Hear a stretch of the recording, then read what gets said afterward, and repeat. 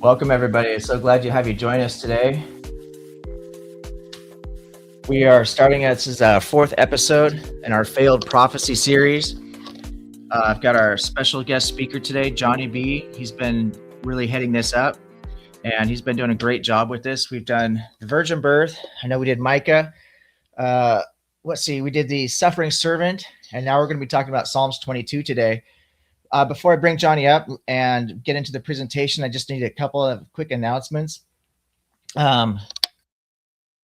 We are going to be having a really big month in March. I've got some guests coming on I'm really excited to tell you about. First of all, next week, we are continuing the discussion between A's philosophy and myself regarding free will. That'll be part 2 of that talk. Part 1 was really good. I'll put the link to that in the description after this video posts. Very interesting discussion. A's philosophy is defending libertarian free will, and I'm defending determinism. And so next week, we'll be introducing how does ethics and morality factor into determinism, justice, things of that nature. The week after that is going to be a big week. For those of you who know Tristan Gabriel from the 21st Century Minds channel, he'll be my guest. And really looking forward to that show. Tristan is a really intelligent young man. He's hosted a couple debates that I did, some of my first debates about biblical morality when I was debating against Christian nationalists. And so I really appreciate Tristan for hosting those debates. He's a former Christian. He graduated from seminary, so he's got a Bible college degree. He did a mission trip in Israel, and he is now an agnostic. So we'll be talking about his journey out of Christianity and into agnosticism. Really looking forward to that conversation.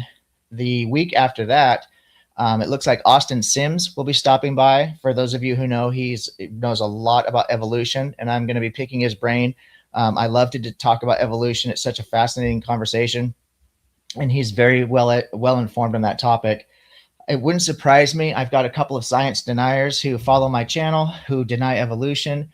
And so I'm hoping they will stop by and maybe see if they can't, get into it a little bit with Austin, and Austin can educate them on just how much evidence we actually do have for evolution. I had a fascinating conversation with Steve. He goes by Yerf Dogs. Some of you may know he's spoken to some of my open panels. He is, I don't know how to say, he used to be part of the anti-natalist community. For those of you who might know what antinatalism is, it's the claim that having children is unethical at a fundamental level, categorically unethical. So it's a fascinating movement. And there's a lot of stuff that's going on with the antinatalist communities. There's some really dark shit that we talk about that they're involved in. So that conversation was fascinating. We are editing that video right now. We shot it yesterday, and I should be releasing that hopefully midweek, if not into next week sometime. So check that out. I think with that, what I'm going to do is I'm going to bring Johnny up and introduce him. I think my coffee went down the wrong pipe. I'm having a hard time breathing, much less talking here. I think everybody pretty much knows Johnny. I had a chance to meet him. Now I can't even remember where I met you, if it was through Discord. I think it was through Discord, through Justin's server from DZ Debate. Yes. Yes, absolutely. In fact, speaking of evolution, I think that's how I met you officially, was the first time I spoke to you anyways. You and another gentleman came to talk to A's about evolution. Yes. And Johnny and I hit it off right from the get-go. I found him to be, he's really well-spoken, very intelligent. He's a young man, but he really knows his stuff when it comes to the Bible. Former believer, so he has made his way out of the cult. So he has a firsthand experience of just how dangerous and persuasive and unethical this religion can be. So I'm glad to see that he's made it out into the light. We're going to be talking about Psalms 22 today.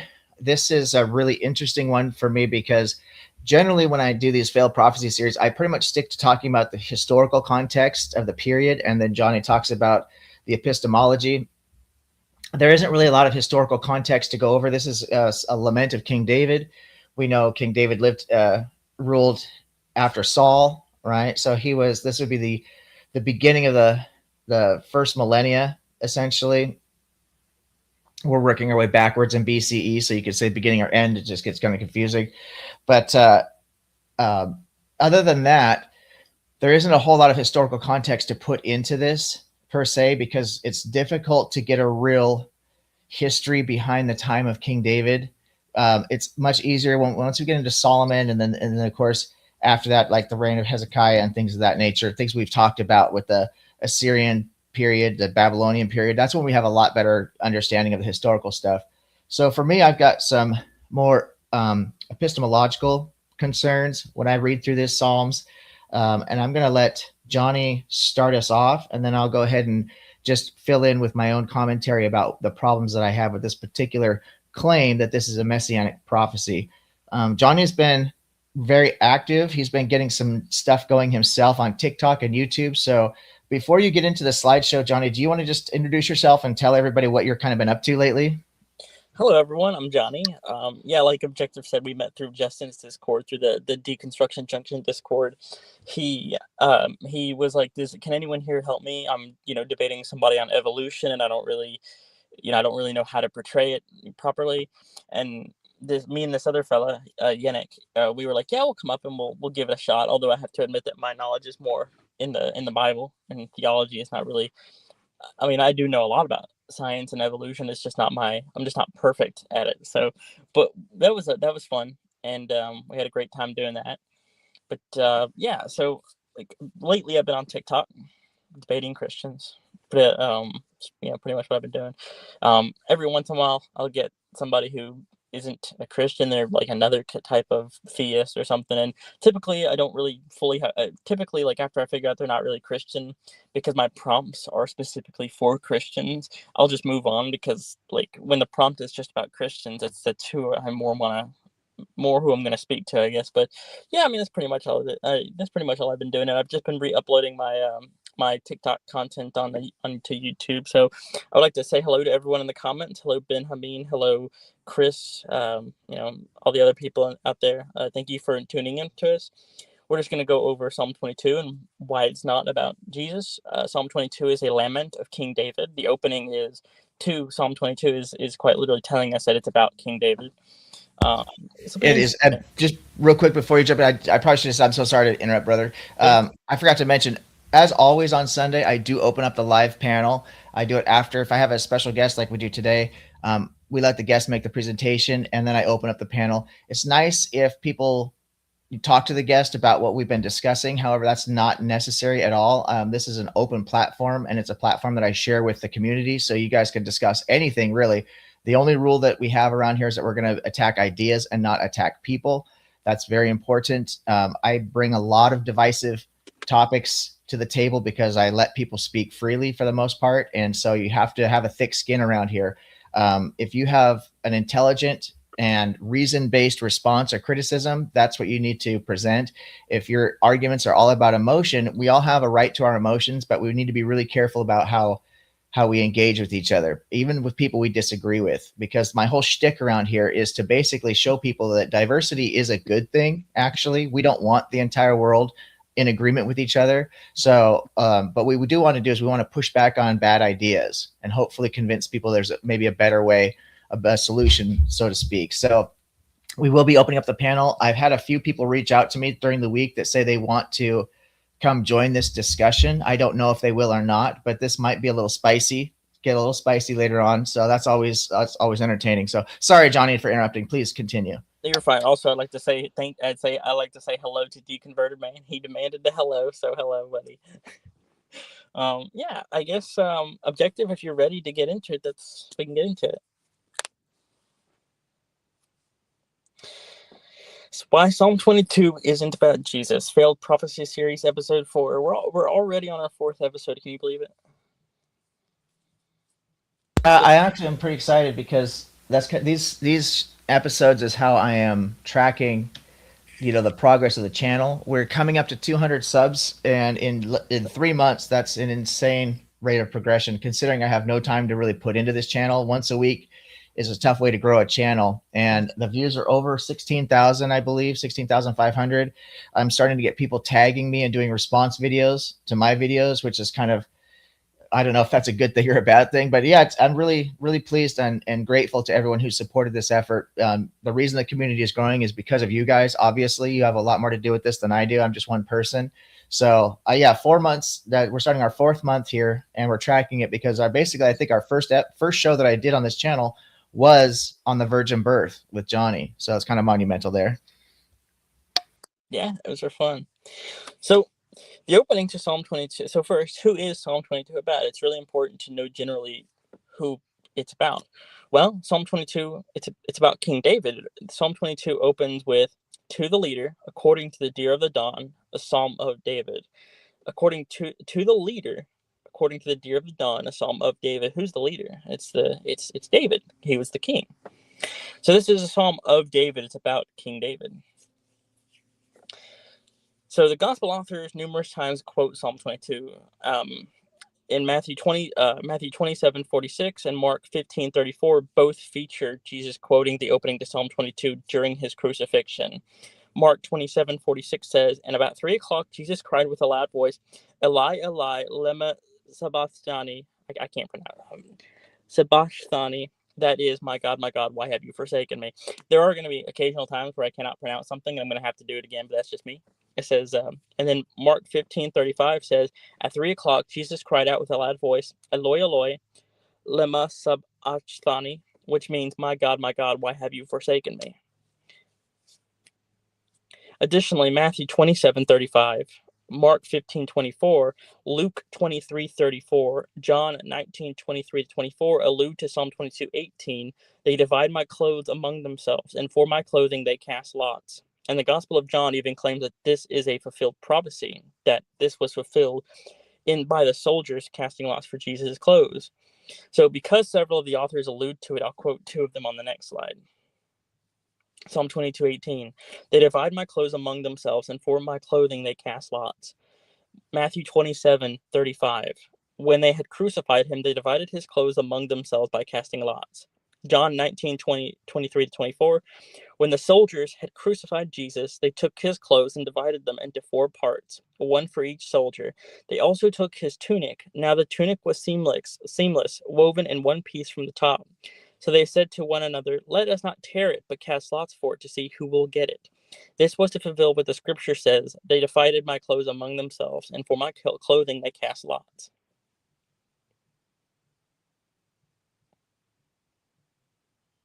Next slide, please. Why this doesn't actually mean anything.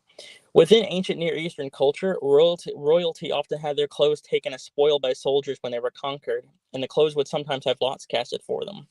It also likely symbolizes helplessness and defeat. Clothing was valuable and personal, and losing it in this way represented profound shame and defeat. It may not even be meant as an actual thing that's happening to the writer or the person they're writing about, but rather symbolism of their helplessness. In either case, just because somebody was conquered and had their clothes taken and casted lots for, doesn't make this a prophecy about it. Because how many people within that culture were conquered and had that happen to them? A lot. It should also be noted, and I forgot to add this in there, but Psalm 22 is not even a prophecy. It has no prophetic, there's no prophetic language in the text. It's just a lament. It's a psalm. It's a sad song of David. That's all it really is. Yeah, that is important. I thought you had a slide up for that later on. Maybe I'm mistaken, but that is really important. If you read the psalm itself, Johnny did go over the introduction, so you'll see through the psalms. They're divided up, and then they'll have a heading to them. Some will say a Psalm of David or Psalm of Solomon, I think is the other heading.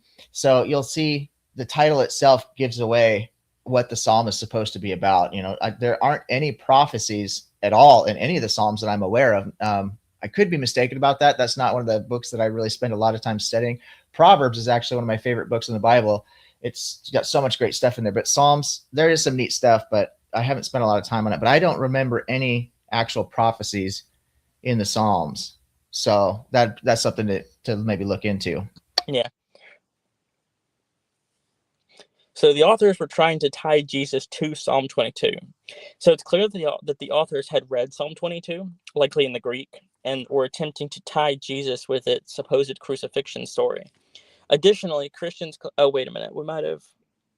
Oh, no, never mind. Yeah, sorry, I misspoke that. It says, so it's clear that the authors had read Psalm 22 and were attempting to tie Jesus with his supposed crucifixion story. I think I made a typo. No, I just read it wrong. That's my fault. Sorry.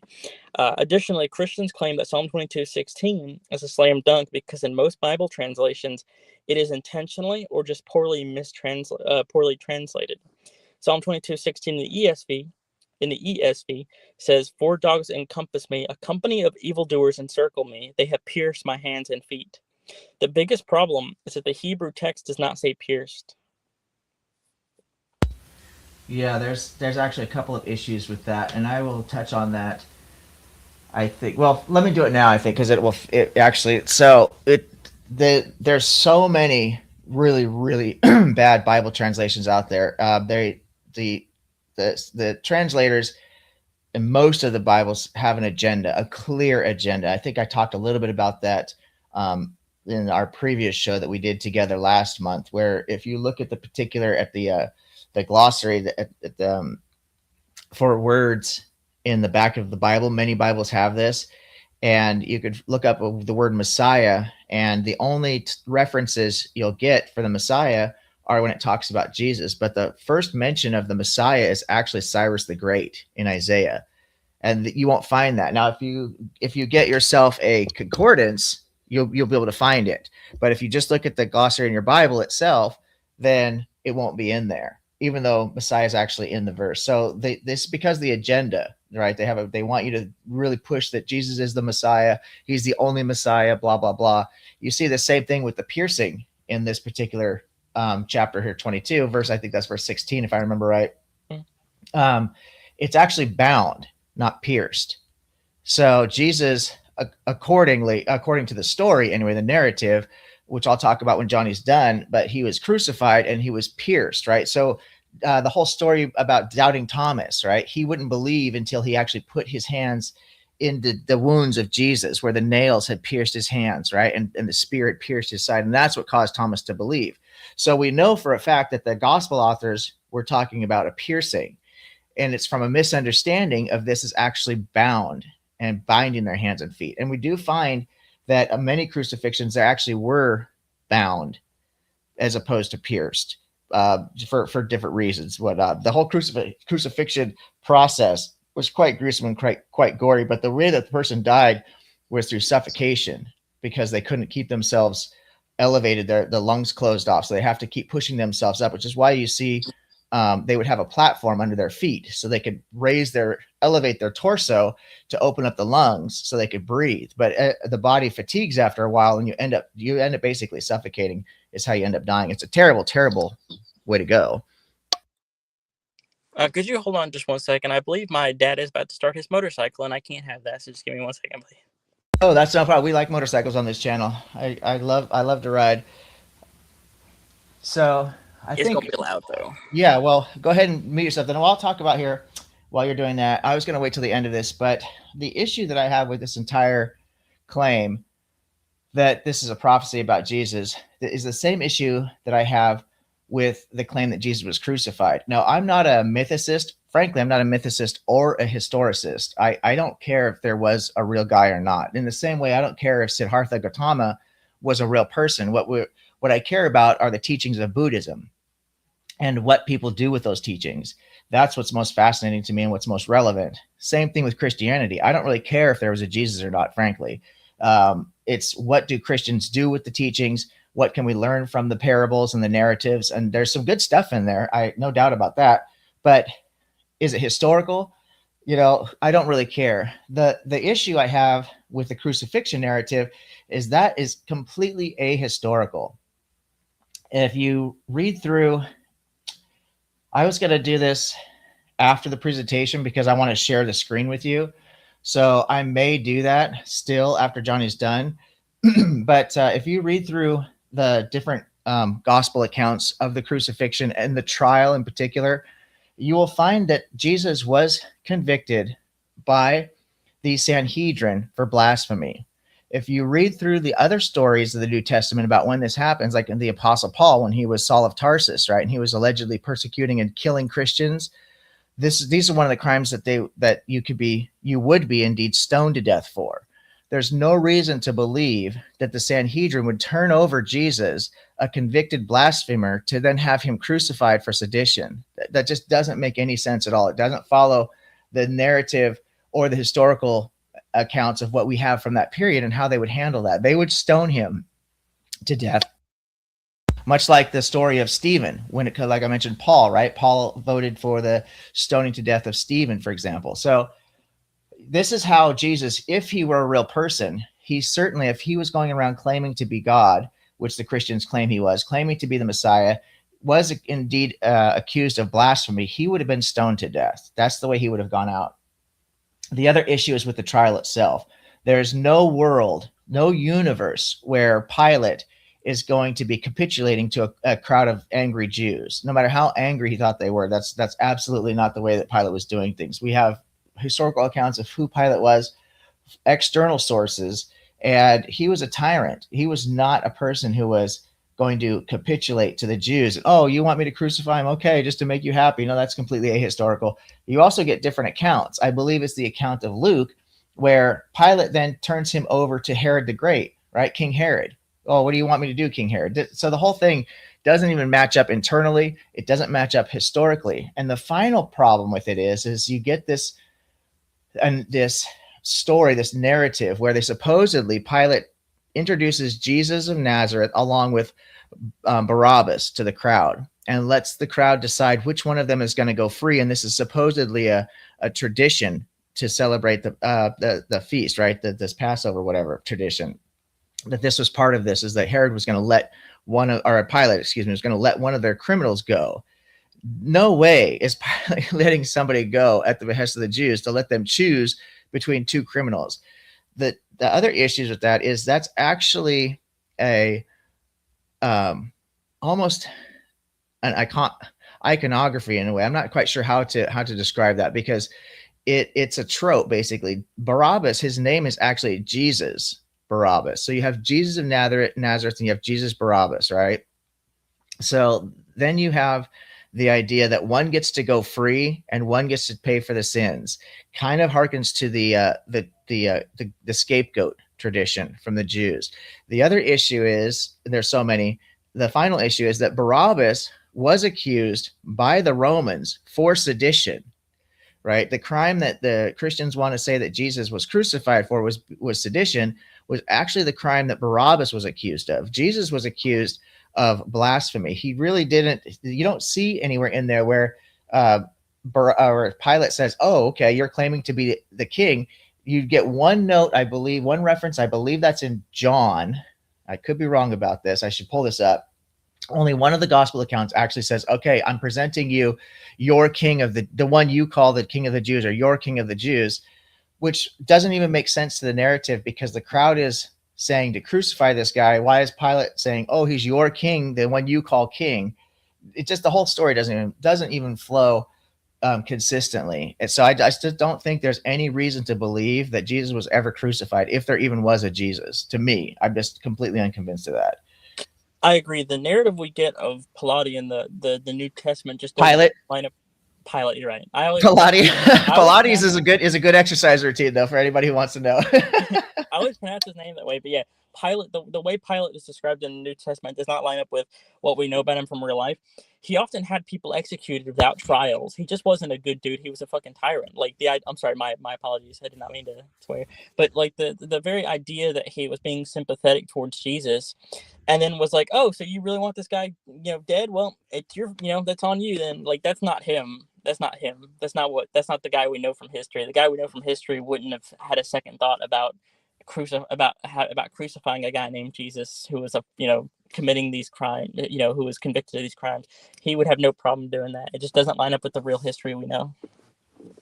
Exactly. And there's just countless issues with just that narrative alone. The trial at the Sanhedrin, then the trial with Pilate, then the alleged trial with King Herod, and King Herod wants to meet Jesus. He makes it the author. I'm pretty sure I think that might be Luke, where he has that, where King Herod is looking forward to meeting Jesus. He heard so much about him and he's admiring Jesus, basically. Like, come on, dude, this is fairy tale stuff. This is like out of a comic book almost. It's so ridiculous. It's so unbelievable. It really is. I think this is the slide we finished on with 7. Do you want to move to 8? Yes. So what does the Masoretic text say? So the Hebrew word for pierce is takar, and that word never appears in Psalm 22 in the Masoretic text. The word used in verse 16 in the Masoretic text is ka'ari. Ka'ari means like a lion. The whole phrase would be like a lion, my hands and my feet. This aligns with the animal imagery the author is using for David's enemies. For example, in verse 16, he calls them dogs, for example. And lions are mentioned earlier as well in verse 13. They open wide their mouths at me like a ravening and roaring lion. So lion fits into the imagery he's portraying his enemies with. The only problem cited by scholars is that this reading of the text might cause grammatical awkwardness without a verb, but I actually don't think that's a problem, and here's why. Give me 1 second. So I was going to type in this comment, but it's going to be too long. Dark Light, it's so good to see you join us today. If you're still in the comments here, I open up the live panel once the presentation's done. Probably this one's not going to take too long, so I would imagine at about within 15 minutes, probably we'll be done with this, and I'll open up the live panel for anybody to join. So it's nice to have you stop by. Sorry about that. That's okay. So examples of verb omission. We actually see many examples of verb omission in Psalms. The authors omit verbs for dramatic effect, especially in laments where vivid, fragmented imagery conveys intensity. Psalm 114, verse 4 is a really good example. The mountains skipped like rams, the hills like the mountains skipped like rams, the hills like lambs. The verb skipped is omitted in the second line, the hills like lambs. It's just a poetic effect. So likewise, like a lion, my hands, my feet seems to be a non-problematic way to read the text that takes into account how the Psalms are sometimes written. It's not a problem. Where the problem starts, and this is really interesting. So firstly, the Septuagint uses a word that means to dig, but this doesn't mean much because we know that the Septuagint isn't a good translation of the Hebrew Bible. The translators just did some really weird things with it. For example, Jeremiah in the Septuagint is shorter and has some chapters reordered compared to the Masoretic text. The best Hebrew text we have is the Masoretic text. Some of its Psalms appear to just be paraphrased as well, so I don't accept the Septuagint being authoritative because it just gets the Hebrew wrong. It just does some really weird things with it. Yeah, I think I'm going to do one of these shows when I have time and I don't have another idea or a guest. I'm actually going to be talking about the Septuagint because a lot of people, they say the Septuagint. Well, that's like saying the Bible. There really wasn't the Septuagint. There was multiple versions of it. It started out as just the first 5 books, the Torah.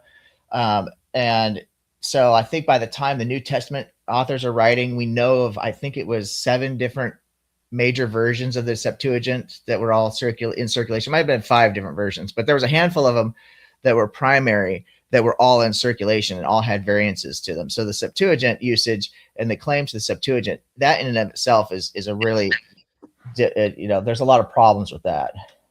Yeah, we know that the Torah was the first for the Septuagint, and later people started to add like the prophets and stuff. But like we know that the Septuagint just wasn't a good translation. I think it was around the 2nd century CE is when they started to figure out that it just wasn't that good.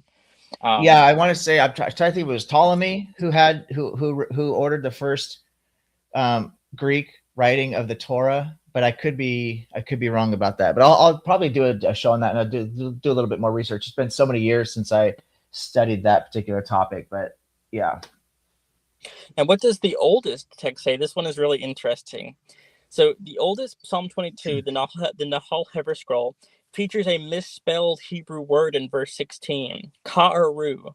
Ka'aru is not a real Hebrew word. It's a misspelling of a word that is likely a misspelling of ka'ari, like a lion. Some people will argue that ka'ari is a valid way to say pierce, but that's false. Like it's not in any lexicon. That's why no standard lexicons like the Brown Driver Briggs, for example, they won't list it as a word because it's not one. Hold on 1 second.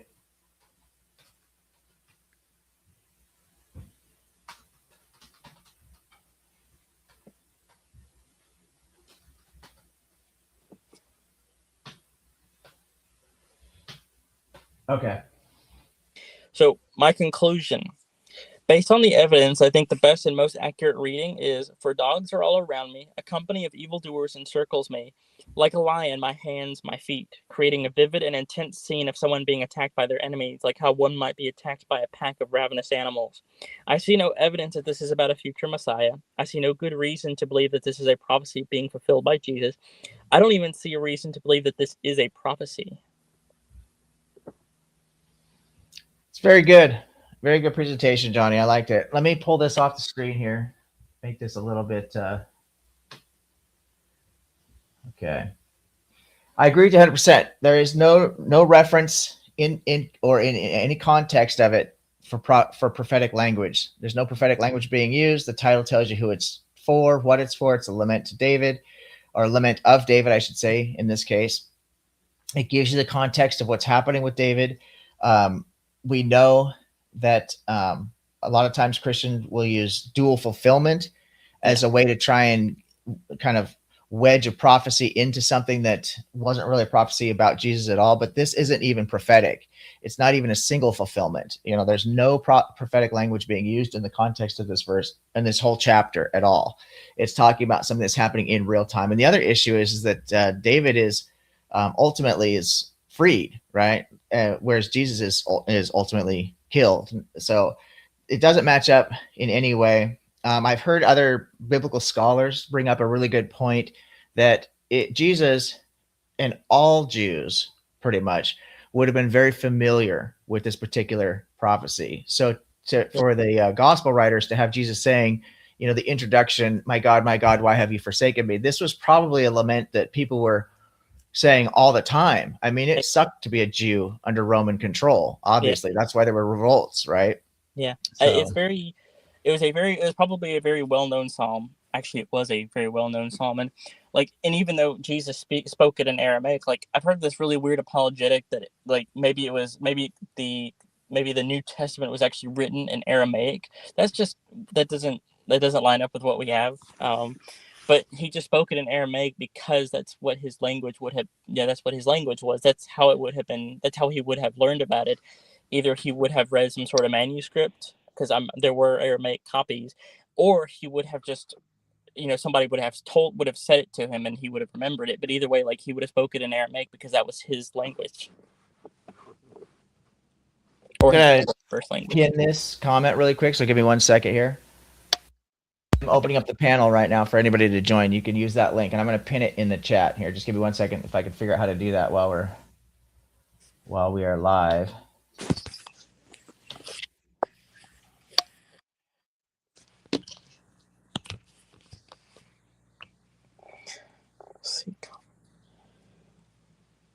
Hey, Tilting Windmill is here. Hello, Tilting. How you doing? Hello, Mighty Filbert.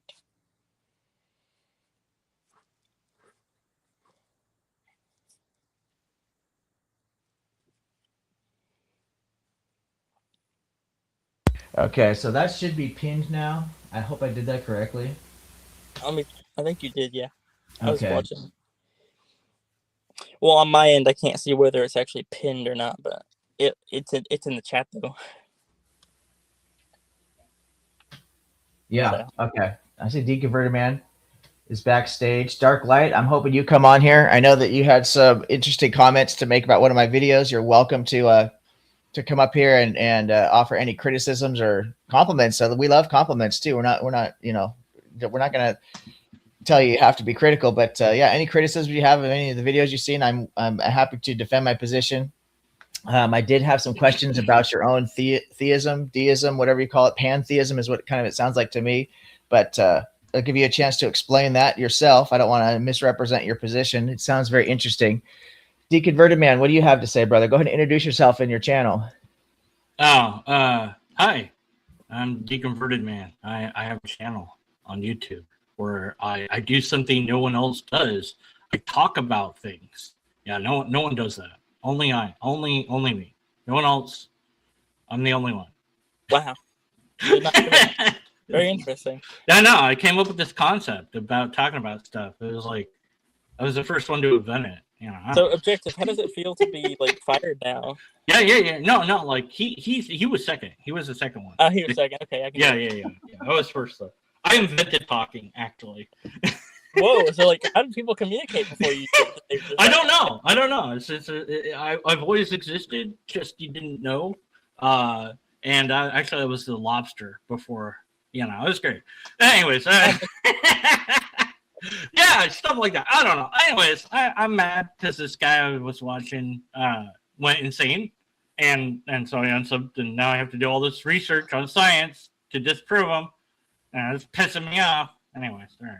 I saw that video, and I'm not familiar with the person you're talking about. I didn't make a comment in the comments because I didn't have anything I don't think funny to say or whatever. But I did watch that video. And what was this guy like? Formerly an atheist, and then he became a theist. I don't know. And his whole channel up to this point had been science stuff. Had been.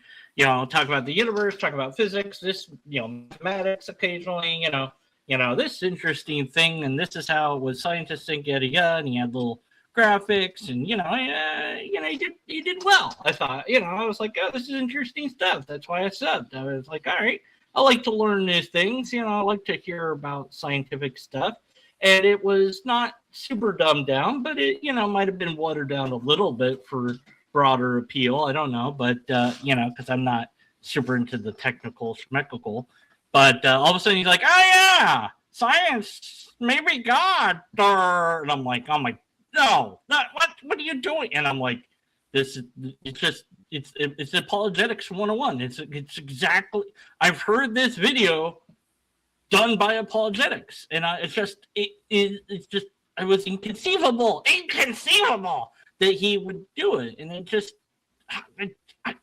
I don't understand it. Well, it sounded like, based on what you were saying, and I know you said you hadn't watched the whole video yet, but it sounded just from the comments that you made that he was running with the intelligent design argument. The watchmaker. He makes every single bad argument for God that there is, and he's trying to be God, he makes statements that are wildly incorrect. God is, for a while, God has been thought of as religious or philosophical. But lately, he's still thought of as religious and or philosophical because that's all it is. It's not a scientific thing. It never has been. Even theists, the honest ones, will say, dishonest ones will say this. Well, whatever. No, don't need to poison the well. Anyways, undo that statement. I'll retract it. That they'll tell you, God is not a scientific thing that you can study. It's beyond the natural realm, or whatever. And so to say that science in any way, shape, or form could point to God is so off track of anything actually scientific that it boggles my mind that that's what he did. I just am flabbergasted. It's just a shock. I was just, what? This can't, it's like, if Neil deGrasse Tyson all of a sudden was like, I've been talking about science for a long time, but, maybe DNA was made by aliens that were time travelers. Maybe that, let me talk about that for a while. He just started doing that. You'd be like, what the bleep? Or Richard Dawkins was like, I've been against this God thing, but I've been looking at the afterlife stuff, and this seems plausible. Let me talk about the afterlife. Yeah, sure, there's no God, but there is an afterlife. Let me talk about that, and he just went into all this, or Aaron Raw was like, evolution, sure, but have you considered that your brain might be influenced by microchips, put in chemtrails or whatever, you just be flabbergasted. Because, this is not the person that you would think would say just nonsense. Anyways, I'm still mad about it. But, I'll get to it. Anyways, let's talk about the Bible stuff. Yeah. So why, this prophecy, non-prophecy, all these prophecies to me seem like, again with, OE's statements like Jesus, historical, like anything the historical Jesus isn't in the Bible at all. There's nothing left of the man because, like, even if there was some guy, like, as far as I could tell, there's nothing left of that original dude because they put him in places and situations that he couldn't have been in and he couldn't have done. It makes no sense for, it's like, how do you ride two donkeys? Like, realistically, right? But, and the palm leaves and all these, he's in giant crowds. He always gets away, from the authorities that are trying to get him, and it's like they're so, they're so incompetent, but there's little nuggets of maybe something like this happened where, like, the Pharisees are always the bad guys, and the word Pharisee is like, it just sounds bad, I don't know why, but they're like, hey, Jesus, we heard you could do this and that, so why don't you go ahead and show off? And he's like, oh, well, I would, but see this verse and this verse, and he's like, oh yeah, look, he's so cool, he's just, but I'm like, yeah, but see, if he's not doing the magic trick in front of them because they would know, like, maybe that's actually the historical Jesus in that little bubble. Like, the reason he's quoting verses at them is because he can't do anything magical, and he knows it, and they know that, and that, so, but who knows? But it seems like the writers, whoever that was, or the person that told the writer to write it, to, maybe paid for it to be written down, who knows, wanted this guy to be, important. And so they said, okay, well, what, he died, that's for sure. So we gotta say that because everybody knows he died. But we're going to make him into a God sort of thing. Because, otherwise he's just a faith healer. He's just a charlatan, whatever, let's make him cool. And so we'll say he fulfilled this prophecy, and they didn't, whoever that was, because I say they, I don't know if it was one guy, two, I don't know how many people it was, but they said, let's, there's a thing. Yeah, he did that. Everyone knows that thing where they split up the garments and cast lots and all that. That's a familiar story that people have heard. Yeah. So let's put that in there. And all of the prophecies are, let's just say Jesus did that. Whatever it is, retroactively. Oh yeah, Jesus did that. Yeah. That was a prophecy. Remember, and like even Jesus will say, this and this, or we'll say in the Bible, and this fulfills prophecy made blah blah blah, and it will tell you where it was made, and you're like, you go and look, and it's like, okay. As a Christian, it's like, yeah, it seems legit, but if you read the rest of it, it's like, no, it's not, But this one is weird because, like, any of the Psalms, like, why you would think any song would be a prophecy at all is weird to me. Like, they're singing stuff. Like, why would you think? I don't know. Like, yeah, I'm not, as I mentioned before, I am not familiar with a single Psalm that uses prophetic language. And there's a lot of them. There's like 121 of them or whatever it is, or actually there's more than that. What am I saying? 151, I think. But I'm not aware of any. Johnny's been doing such a good job with this series. I've really enjoyed it. He's really doing most of the legwork on this. I studied this stuff in Bible college, but that was almost 30 years ago. And so I looked at the historical aspects of it, but I did not really get into messianic prophecies. When you go to Bible college, there's so much you can learn. But Johnny's been really heading this up. I think he's done a good job. Remind me again, Johnny or OE, the criteria for how you identify something as a prophecy in the first place. Like any random passage, like, how do I or anyone else know that that's prophetic? A prophecy is when a prophet, somebody who is specifically a prophet, they give a foretelling of the future, specifically, what they claim it's from God, and it supposedly, foretells events in the future, about future events.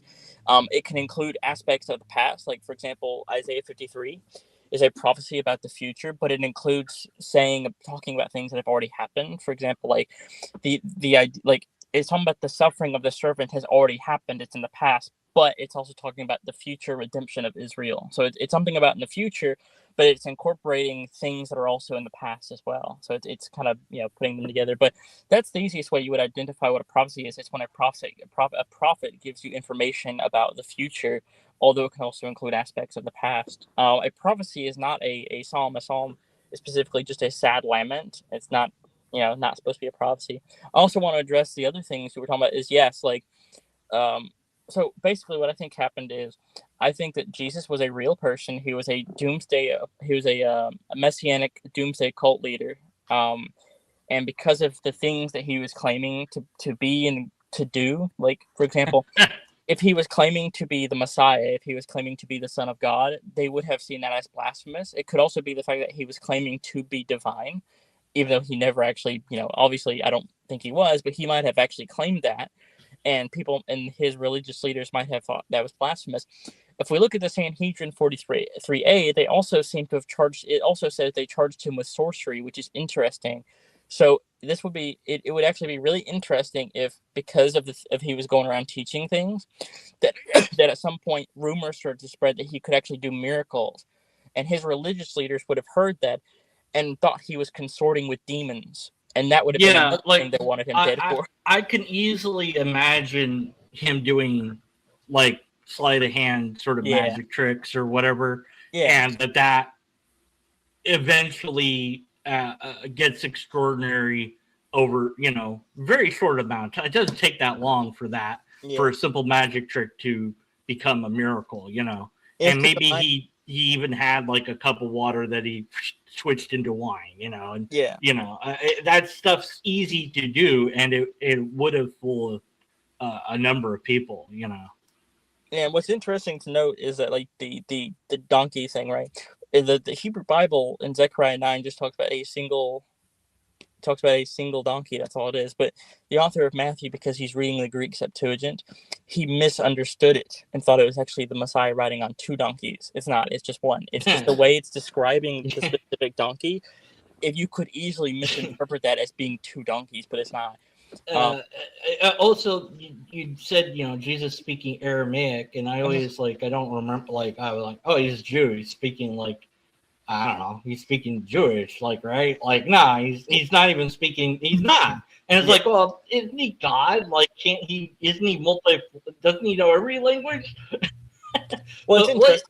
Why do you guys think, or maybe there's nothing about this, I don't know if anyone has any idea on it, scholar or otherwise, why Jesus wouldn't have bothered to write down anything? Okay, he's illiterate, but he's God. Come on. Why doesn't he write down anything? Or was there a non-canonical Jesus writings or something?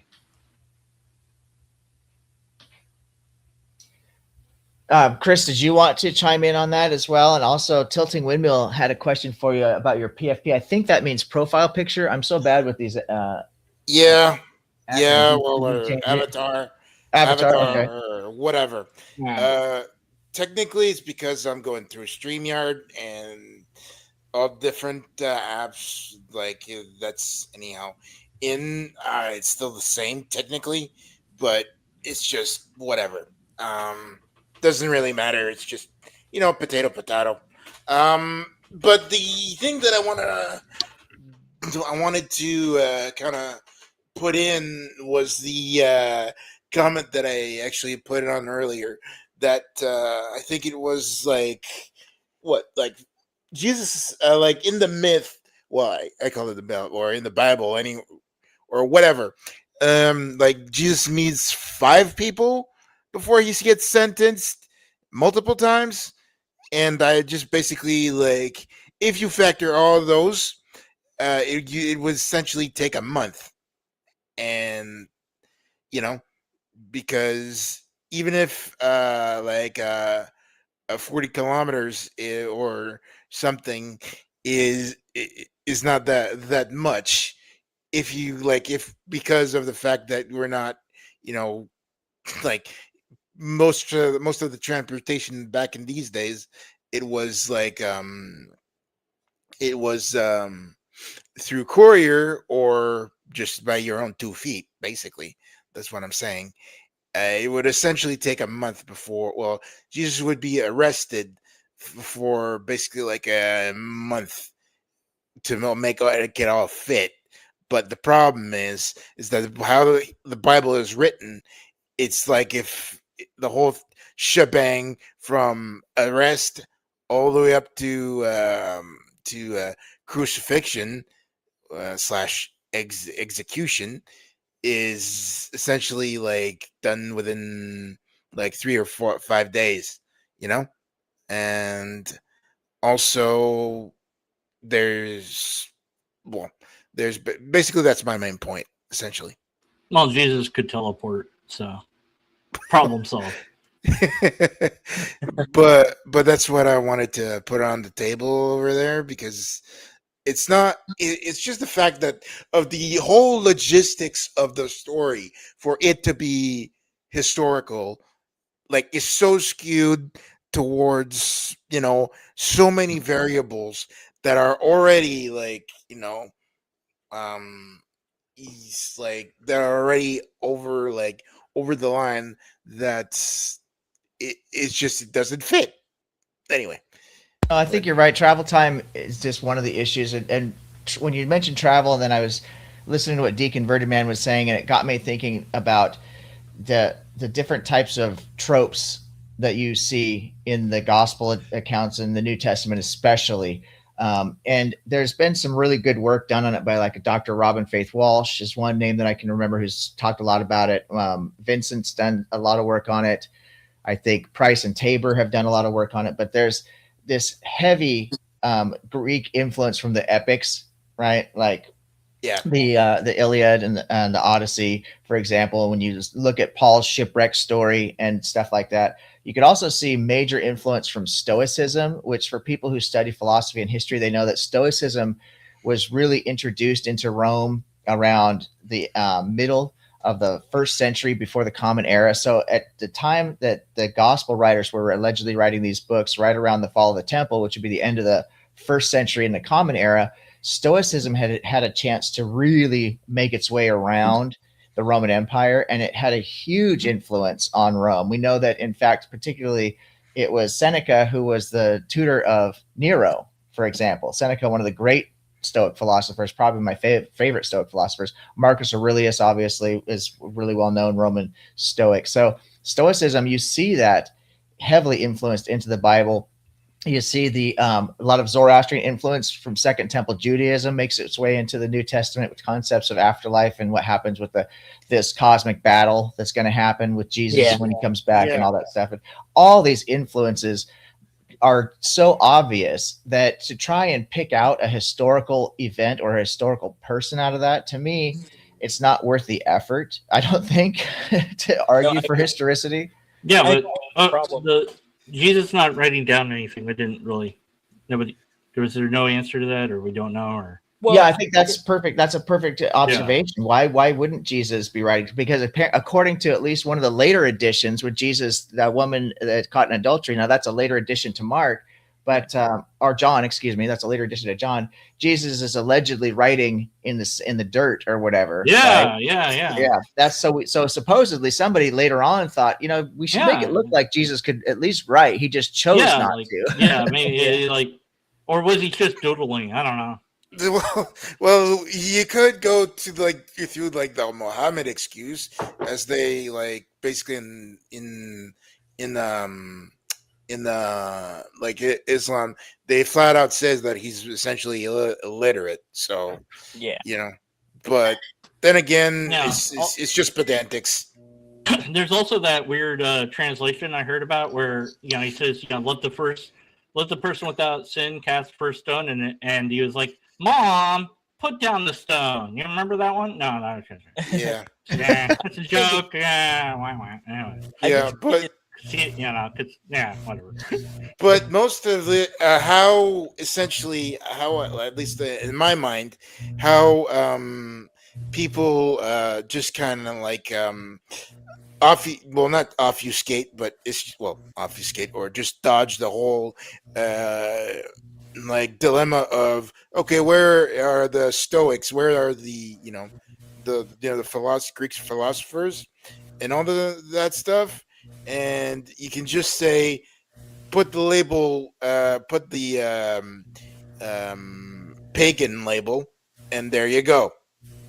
And it's like, and also you can also just kind of like say that you with the Council of Nicaea, I think, or second. Sorry, I'm not really good with those type of things, but I sure that like there's been rewrites, and so all to say that it's been like it's not as those stuff as happening, it's after the fact.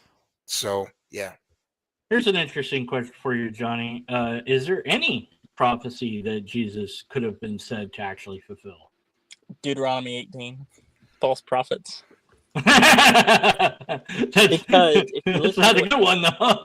Because several times about his second coming, Jesus says that it's soon in Mark. I believe it's I forget where it is. It's in Mark somewhere, and then there's also Matthew. In Matthew 16, 27, 28, he says to his disciples, let me actually get to it so I can straight up read it to y'all. It's really interesting.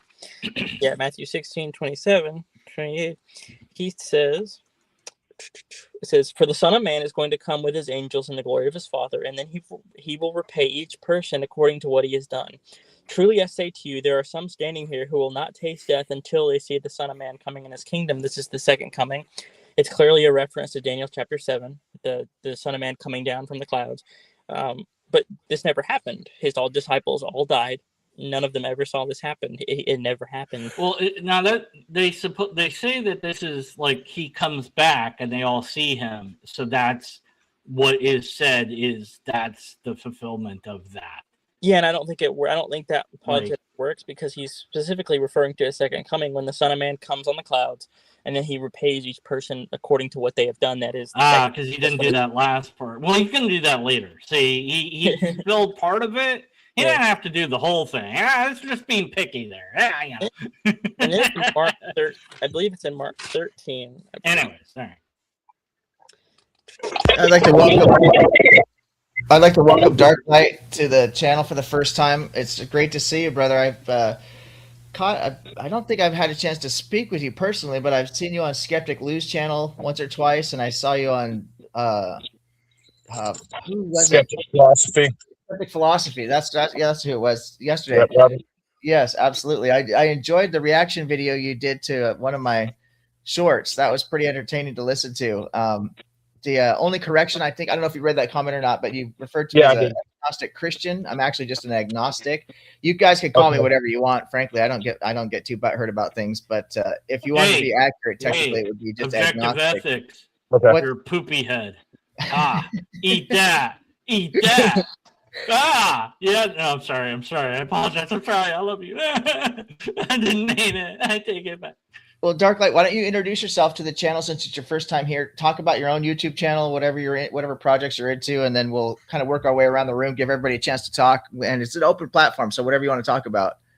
All right. Well, I wasn't trying to misclassify you. That was just my perception of what you are. But I did go back and change my my thumbnail of that video, because the original thumbnail it called you Christian, so I went back and changed that after your comment. I tried to reply to your comment and YouTube wasn't letting me for some reason, but I'm a non-Abrahamic true monotheist. I'm developing my own theology. I was raised as pagan. I claimed spiritual for a long time, from about 15 to 35, and around 35 I really started thinking about it, and I'm like, spiritual is not quite specific enough. That's like a kind of a catch-all term for someone that is kind of theism leaning, but they don't have anything to quite fit in. So I started thinking about it, and I am a non-Abrahamic true monotheist generally. Now, that's still not quite specific enough either, but I am developing my own theology. It's called Darklightism. So why not deist instead?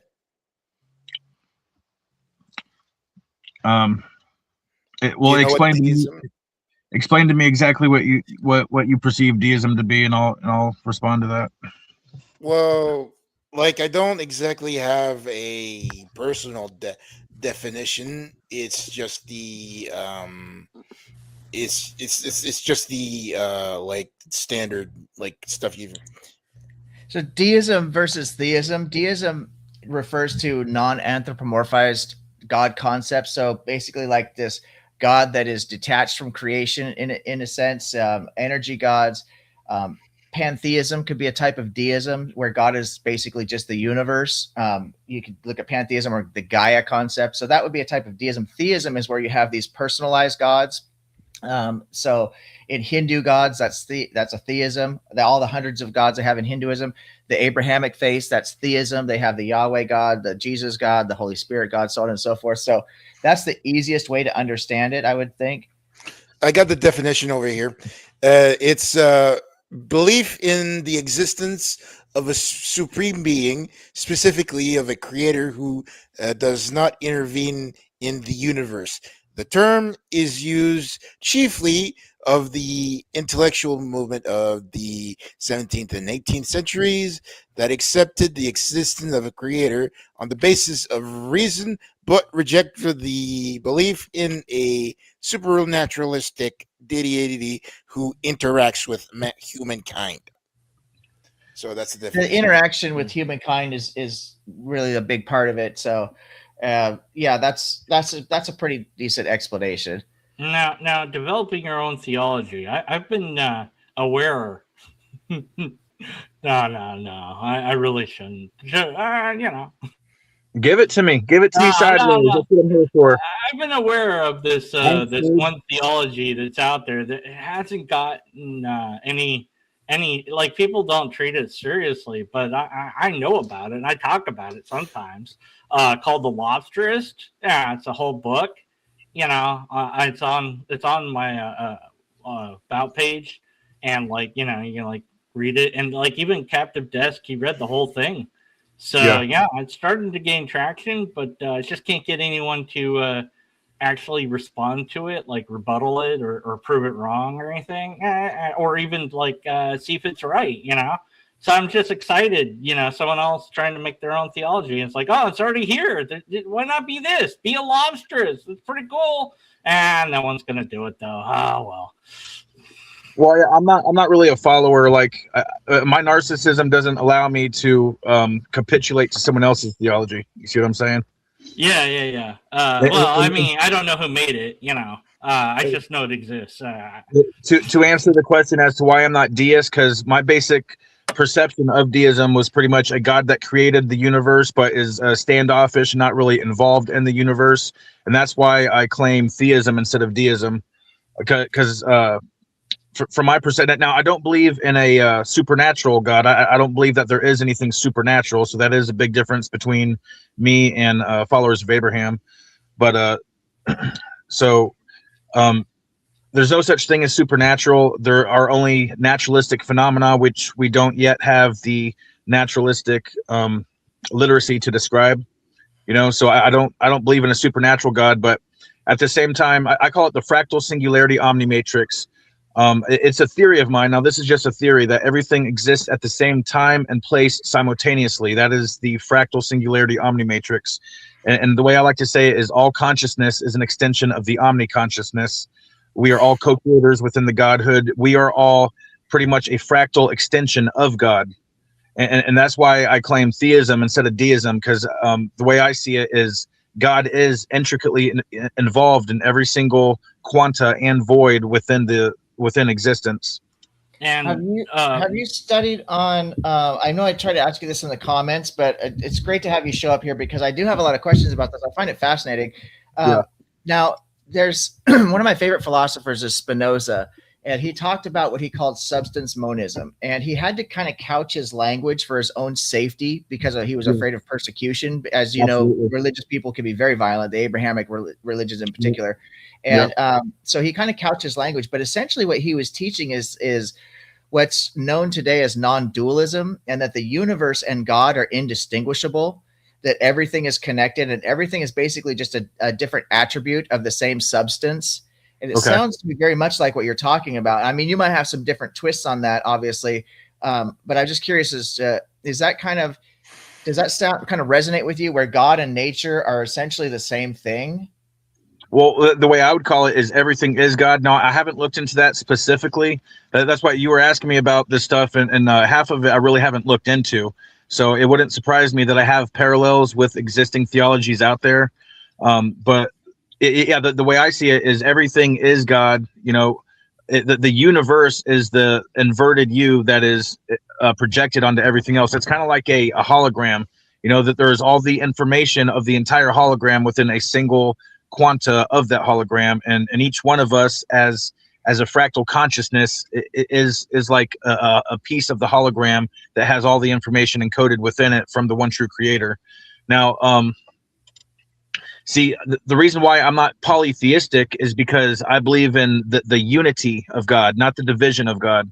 If I believed in division, I probably would be polytheistic, but the way I see it is everything is God, and that is the unity. I have the Dark Light Decalogue, which I came up with, which, I started thinking about it, and I'm like, what are the fundamental traits of God, of existence? And what I came up with is this. So the first 5 that are all empirically verified, and the second 5 are more of a metaphysical extension of the first 5. So it's unity, and the order matters too. Like it goes in order: unity, consciousness, dark, light, paradox, and then it is freedom, sovereignty, infinity, remembrance, and saturation. And then when you synthesize and combine those 2 with each other, it is unity is freedom, consciousness is sovereignty, dark is infinity, light is remembrance, and paradox is saturation. So that's something that I came up with right there as part of my theology that I'm working on. There's so much to unpack there. Let me just real quick. Let me just do this. First of all, I don't want you to feel like you're getting ganged up on at all, because I think this is something that all the guests might have some questions for you. So it's a room where we do treat each other with respect, but I do want to give everybody a chance to speak. And so I just kind of work my way around the room, and then I have some of my own questions for this. Do you mind, Darklight, if we give people a chance to ask you some questions about this? Yeah, tag team me. Cool? I Yeah. Okay, let's start with Johnny, and then I'll go Deconverted Man, then Chris, and then I'll ask some questions. Johnny, did you have any comments on that by chance? Any questions? My only question is, what would be your best evidence for that belief?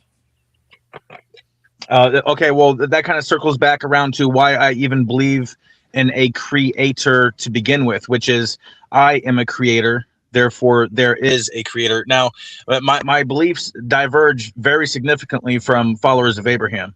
So, and to me, everything is subjective consciousness. To me, there is no reality without consciousness. But when I say that, a lot of people think that consciousness only starts and begins with the consciousness that we are familiar with, which is as people. But atoms have consciousness. Molecules have consciousness. There's meta levels to everything, as just as there is with consciousness. So when you're talking about what is my evidence, my evidence is my conscious experience of myself as an individual, and that is what I use to define God. Because I say we are all God. Interesting. Deconverted Man, did you have a comment or question about that? That's so fascinating.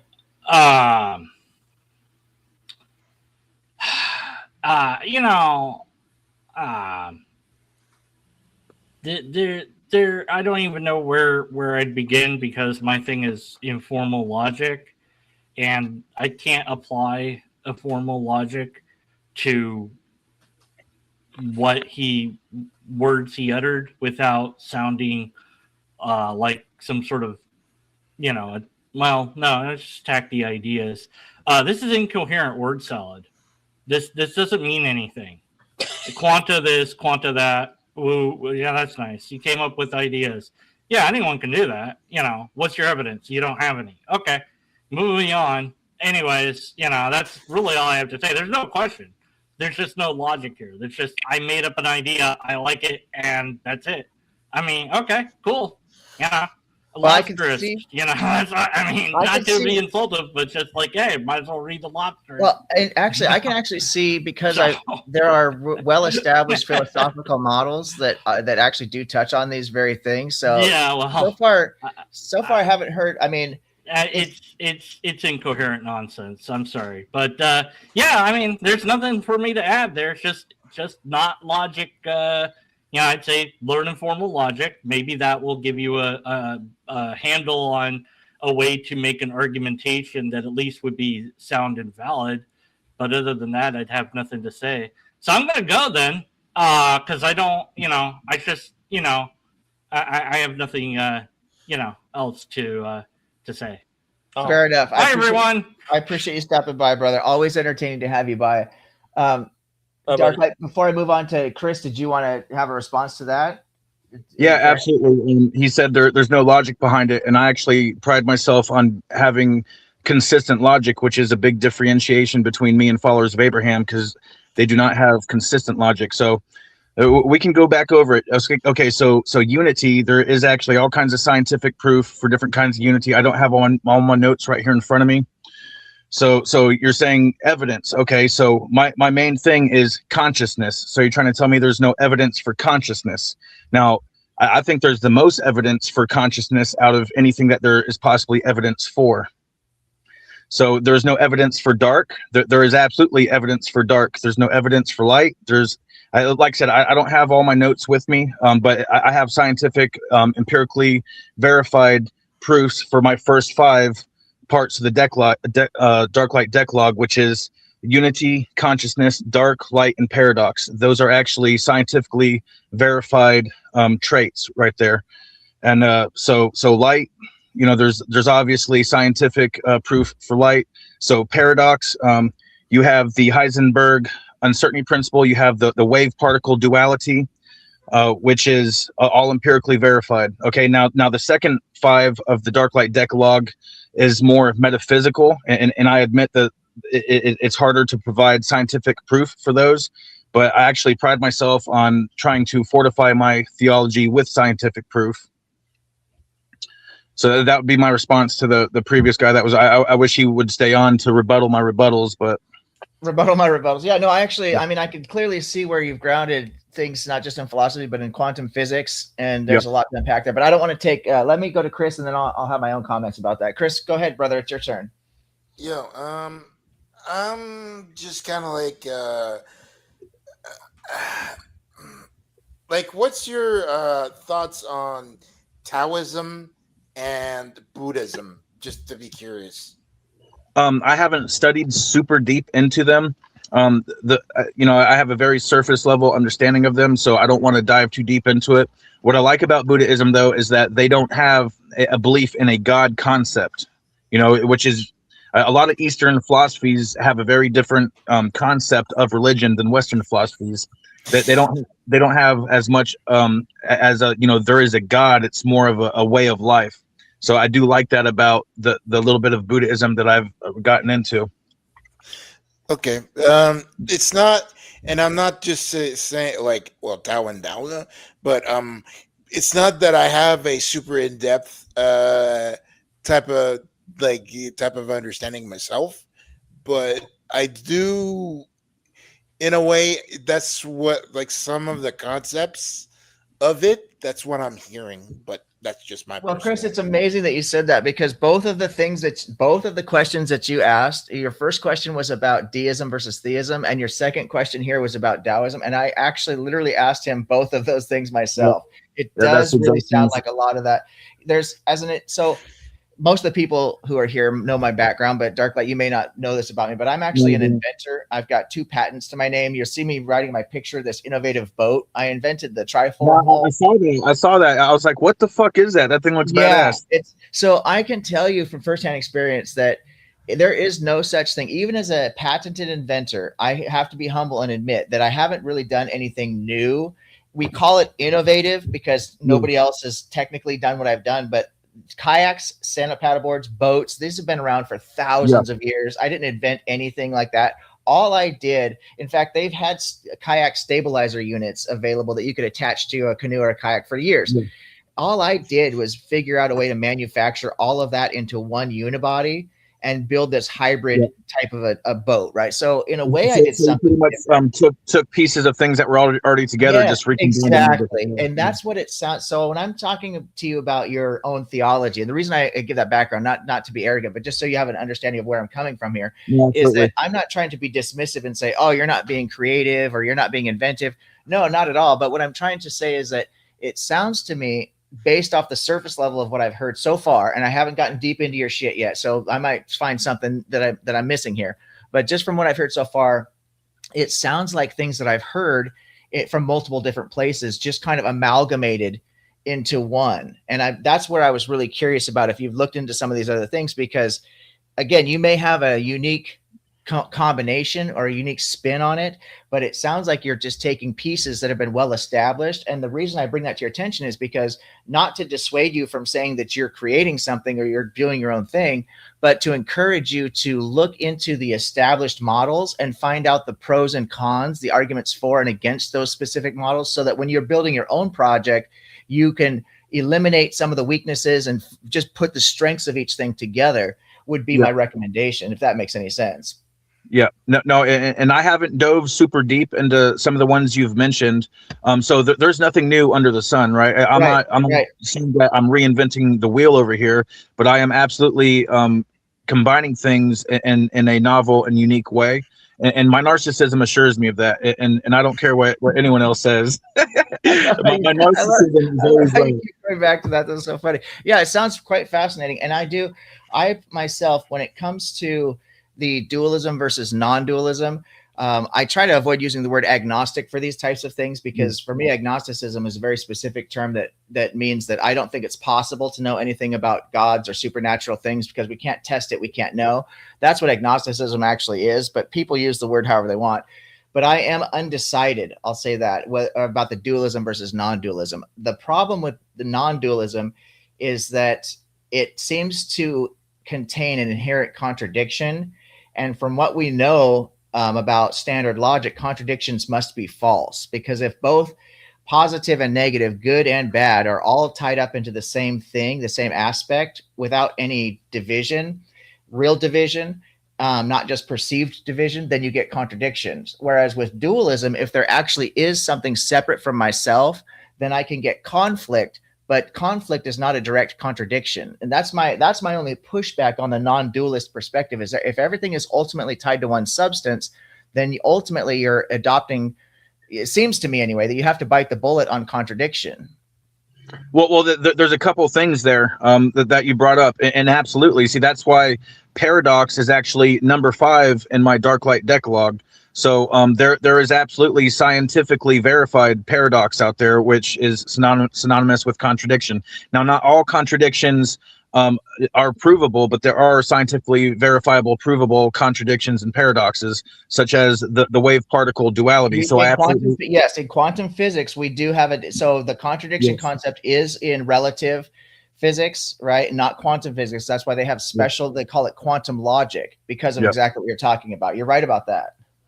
So I absolutely do bite the bullet on the every creation is saturated in paradox. There's the dark light paradox. So I'm not quite. I'm kind of like a fusion. I don't claim non-duality. I don't quite claim duality. See, if anything, I would call it a unified duality instead of a separated duality. There is duality, but all that duality is unified, and that's why unity is very first. That's number 1 in the Dark Light Decalogue, because the unity is the most important trait which connects every single thing within existence. Well, you have to have a metaphysical. I want to try to avoid, out of respect for how you've defined it yourself, I want to avoid supernatural to avoid that term, but I'm having a hard time coming up with something else, because I don't believe in supernatural. No, I understand you said that, but so in Berkeleyan idealism, it's the idea that consciousness is what makes the creates reality. And the pushback on that, the problem with it, comes to what they call the continuity problem. So when we walk into a room, everything is there because we're consciously aware of it, right? But then when we leave the room, there's nothing there to keep everything in place. So Berkeley needed to institute a God concept to have this fundamental consciousness that keeps the universe in place while there's no actual observer, so to speak. So then the God becomes the observer to fix the continuity problem. Well, see, there's meta levels to consciousness, right? Like when you say consciousness, most people think the only consciousness that exists is the consciousness of their personhood. But what they're not taking into account is the consciousness of atoms. Atoms do have their own consciousness. To a certain level, there's meta levels to everything. So atoms do actually have their own consciousness. Anything that makes a choice that goes this way instead of that way, that does this instead of that, has a level of consciousness embedded in it. So the atoms that constitute everything do inherently have their own consciousness. but that is verified and amplified by any contributing consciousness observing that particular scene of reality. I do have some comments, but I want to be fair to everybody and not just monopolize your time here. So, Johnny, I'm going to work my way around the room again. Did you have any comments on this? It's a fascinating conversation. I think I'm just like, I understand that this is a belief he has. I'm not really following the evidence for it. You said that you're trying to ground it in logic, but I'm kind of having a hard time understanding what you mean. In regards to what your evidence was for what part? Just for the belief that this thing is real. Well, for one, everything is subjective. You know, I'm not trying to convince anyone. You know, I'm just expressing my perception. So Okay. now, if you're getting back to evidence, once again, I do have a whole list. I got all my notes, but I don't have them with me. That there's a whole list of evidence for unity. There's different types of unity. I don't want to misquote it. I got a whole beautiful list for all this shit. That there is evidence for unity. There is evidence for consciousness. There's evidence for dark. There's evidence for light. There's evidence for paradox. Those are all empirically verified traits that I use to define my perception of what I call the one true creator. But once again, my perception of the one true creator is very different from followers of Abraham, because a fundamental difference why I say the theology of Abraham is broken is they incessantly attempt to interject division into the one true creator, whereas I incessantly interject unity into the one true creator. And followers of Abraham interject division through constructs such as sin, such as evil, such as hell, such as the saved versus the damned, such as the kingdom of darkness versus the kingdom of light. So if you're asking about evidence, forgive me for not having my notes here. I do have a whole fuck ton of notes about empirically verified evidence for my first 5 traits in my dark light decalogue. Now, I admit my second 5 traits that there's not quite empirical evidence for. Those are more metaphysical fractals of the first 5. I would say on consciousness, like, consciousness is an emergent property of the brain.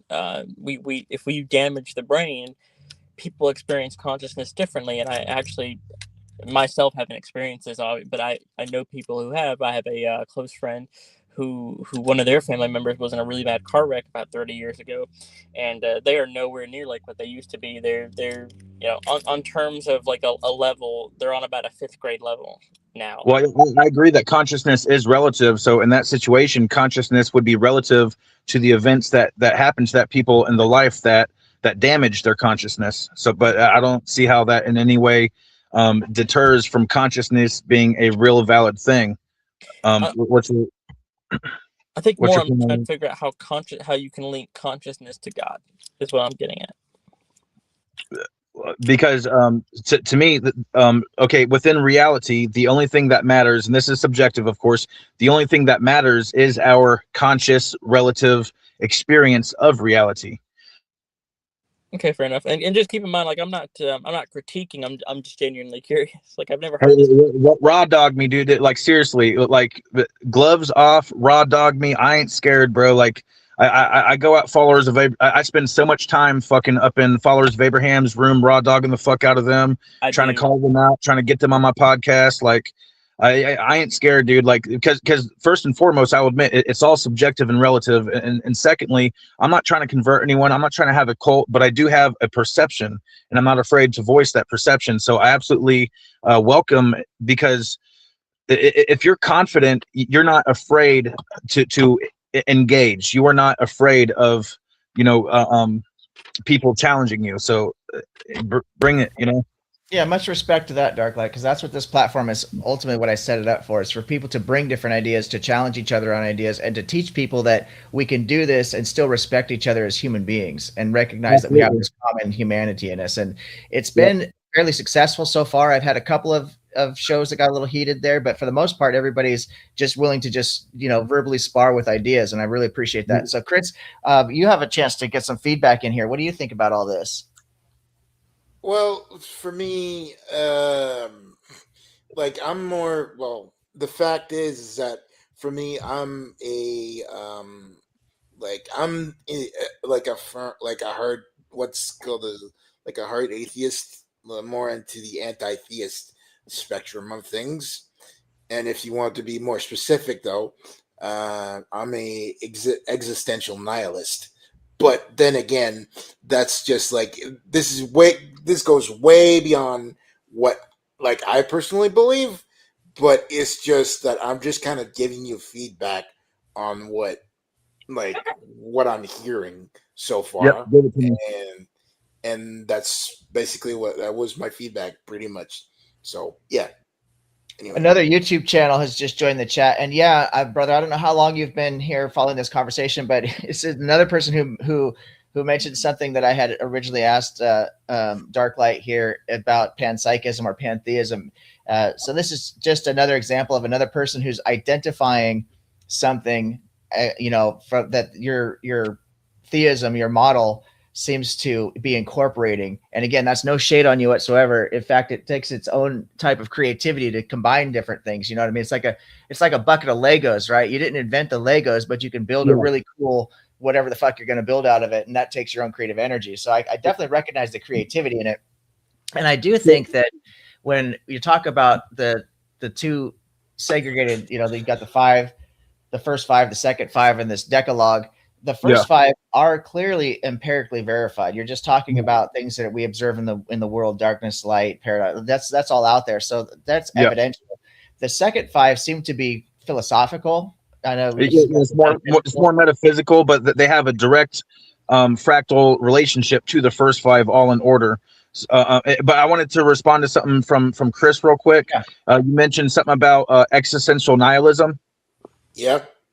Okay, see, to me, nihilism is the beginning of revelation. Like a lot of people get kind of sucked into this dark place when they come upon nihilism, because for me, I was depressed and suicidal for most of my life till I was about 30. So I am very familiar with nihilism. But see, nihilism is the beginning of revelation. It is not the end of revelation. No, because sorry if I'm cutting you off, but when I say existential nihilism, it's more of the Jean-Paul Sartre and Albert Camus, and even Friedrich Nietzsche. So basically that part of the spectrum of philosophy. So that's pretty much it's the non-theistic or even atheistic section of it. But once you get to the edge of nihilism is pretty much essentially the belief that nothing matters. But once you dive into that nothing matters, you get into, okay, everything only has the meaning that I ascribe to it. If everything is meaningless, then the only meaning that there possibly is the meaning that you personally ascribe to anything. And once you realize that is the beginning of realizing that you are God. We are all God. We are all an extension of the Godhood as I see it. So that's my beliefs on nihilism, because believe me, I was very suicidal and depressed for a long time till I was 30, and what turned that around for me is I finally realized that the life I have is the life that I created for myself, and if I don't like it, I have the power to change it by my thoughts, by my beliefs, and ultimately through my actions. And once you realize that you can create any life you fucking want, that is the beginning of grabbing your divine sovereignty. And to me, divine sovereignty is the inseparable connection to the actual one true creator. And that's my thoughts on the nihilism. Okay.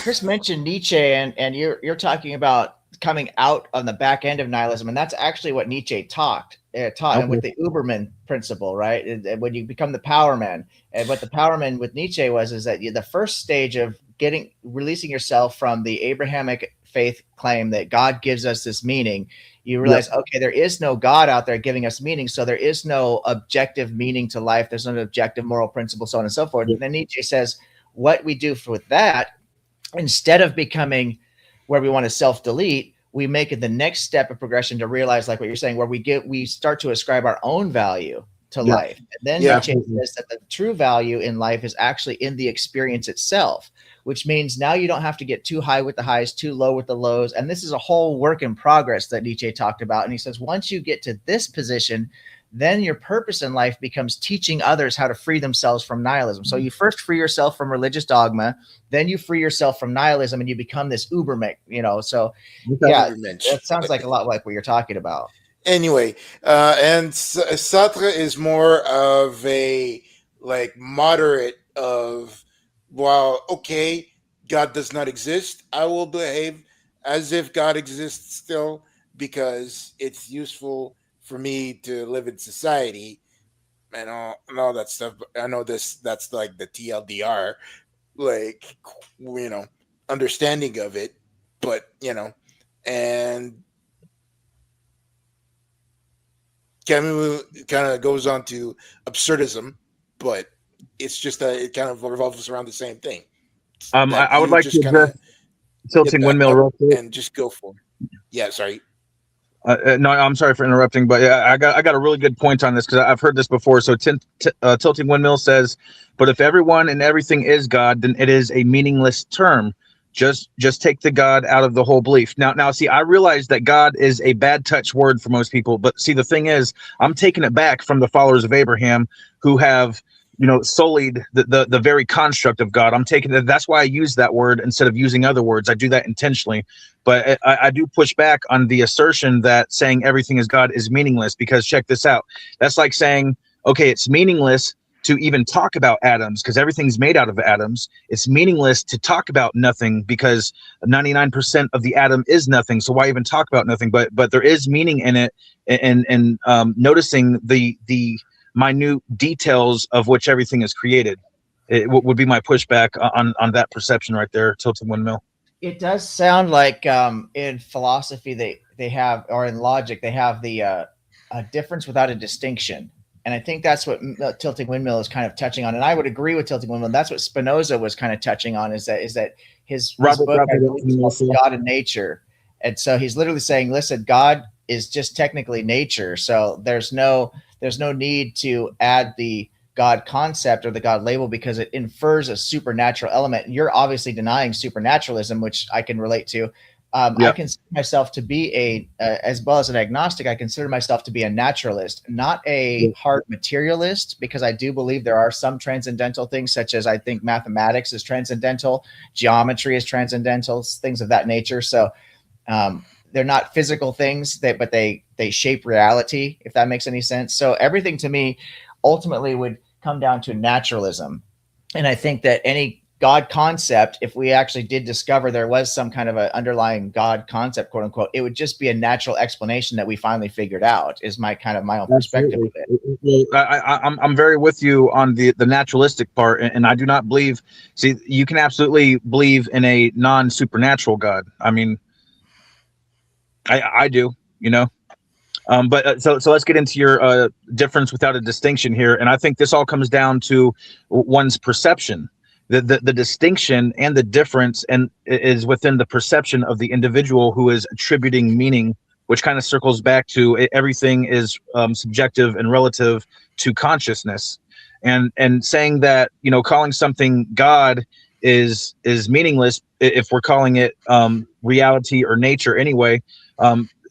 To me, you could flip that the other way and say, calling everything nature and reality is meaningless when you can call it God. But see, the thing is, you can call it either or, and I think that just more reflects on the observer as to whether they are more inclined to theism or atheism.